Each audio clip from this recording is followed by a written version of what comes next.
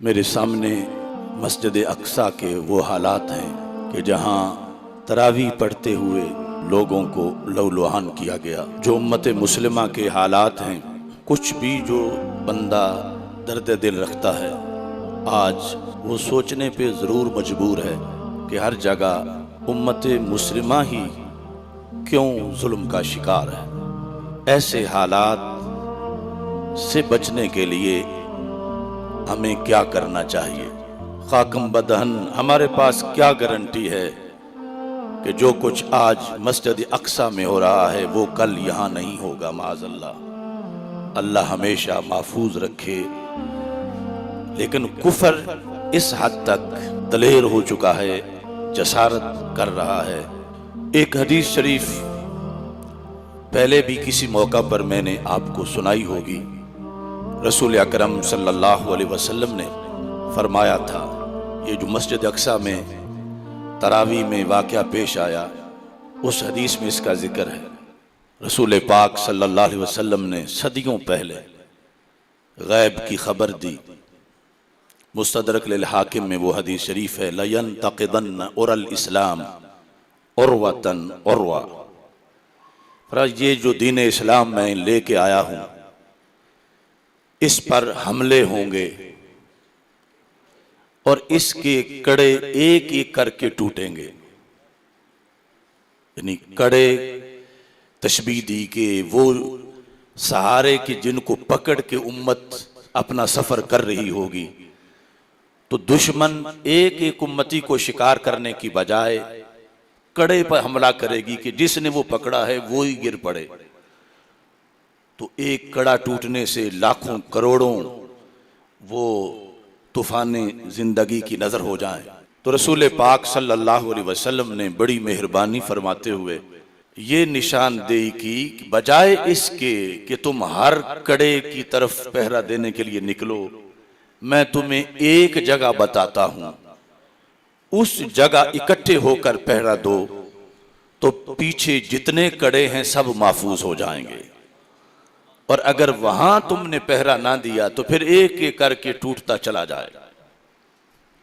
अब जाहिर है कि मसलन 1000 जगह पे पहरा देना हो तो ये मुश्किल है, और एक जगह पे देना हो तो आसान है। आपने हमें वो पहली जगह बताई, मगर अफसोस कि हमने वो भुलाई, जिसके नतीजे में आज के हालात का हमें सामना है।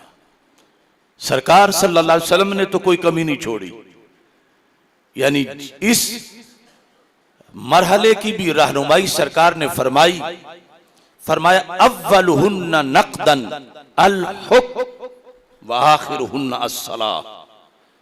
पहले कहां सब इकट्ठे होके पहरा दें? क्या नमाज महफूज करें? क्या रोजा महफूज करें? क्या हज महफूज करें? क्या निजामे ज़कात? क्या तहज्जुद? क्या तिलावत? सबसे पहले कहां पहरा दें? मेरे आका सल्लल्लाहु अलैहि वसल्लम ने फरमाया अव्वलुहुन्ना नक़दन अल हुक्म, सबसे पहले हुकूमत इस्लामी पे पहरा दें। फरमाया दुश्मन तुम्हारी नमाज पे पहले नहीं हमला करेगा, तुम्हारे रमजान पे पहले नहीं करेगा। अव्वलुहुन्ना नक़दन अल हुक्म, सबसे पहले दुश्मन इक़्तिदार तुमसे छीनेगा। व आखिरुहुन्ना अस्सलाह, और आखिरी हमला नमाज पे करेगा। फलस्तीन की सरजमीन पे हुक्म छीना गया, नमाज तक हमला पहुंच गया। हम अभी जहां मौजूद हैं नमाज पे हमला नहीं, अल्लाह का फजल है, लेकिन हुक्म यहां भी छीना गया। हुकूमत कुरान और सुन्नत की हो तो फिर नमाज बचती है, फिर रोजा भी बचता है। अब छत सलामत है, नीचे कोई तिलावत करे वो भी महफूज है बारिश से, धूप से, कोई नफल पढ़े वो भी महफूज है, कोई तकरीर करे वो भी महफूज है, और छत ही ना हो तो फिर हर एक के लिए अपनी अपनी हिफाजत की जरूरत है। तो मेरे आका सल्लल्लाहु अलैहि वसल्लम ने फरमाया मैं एक निज़ाम हुकूमत लेके आया हूं, सबसे पहले मेरी उम्मत तुमने इस मेरे निज़ाम मुस्तफ़ा सल्लल्लाहु अलैहि वसल्लम पे पहरा देना है। अगर तुमने इसको दुनियादारी समझा तो फिर दीन पीछे महफूज नहीं रहेगा। सबसे पहले तुमसे नमाज नहीं छीनेंगे कि सजदे पे पाबंदी लगा दें, कि सहरी पे पाबंदी लगा दें। पहले निजाम छीनेंगे और फिर चलते चलते नमाज भी मुश्किल हो जाएगी। सरकार के लफ्ज देखो और बैतुल मुकद्दस के हालात देखो। सबसे पहले इक्तिदार और हुकूमत उस खास एरिए से यहूद ने छीना और अब उन्हें हमारी नमाज भी रास नहीं आ रही, अब मुसलमान का सजदा भी रास नहीं आ रहा। अब उसके लिए यह भी पसंद नहीं कि ये मिलके हजारों तरावी क्यों पढ़ते हैं। तो रसूल अकरम नूर मुजस्सम शफी मुअज्जम सल्लल्लाहु अलैहि वसल्लम का फरमान पूरी दुनिया के मुसलमानों को झंझोड़ रहा है। और खाकम बदहन ये जुज़वी तौर पर जो हरमैन शरीफैन के अंदर एक पाबंदी कि किसके पास लाइसेंस है वो अंदर नमाज के लिए जाए, जिसके पास नहीं वो ना जाए, या मुकम्मल लॉकडाउन, ये एक सूरत तो सामने नजर आ भी रही है। मगर आज अगर बैतुल मुकद्दस की तरफ तवज्जो ना की गई, उस हदीस की रोशनी में जो हमारे आका सल्लल्लाहु अलैहि वसल्लम ने हुक्म दिया कि अपना निजाम पहले काबू करो, अपना कानून हुकूमत उसके मुताबिक सब कुछ होगा तो फिर बचेंगे। खुदा की कसम अगर आज बैतुल मुकद्दस के लिहाज से ये सोए हुए अरब इर्द गिर्द के और अय्याश और बदमाश शहजादे इन्होंने अगर बैतुल मुकद्दस की खबर ना ली तो कल हरमैन शरीफैन पे पहरा भी मुश्किल हो जाएगा। कि ये हुकूमत दुनियादारी ये तो किसी और का शोबा है, ये दीन वाले इसका नाम क्यों लेते हैं। सरकार ने फरमाया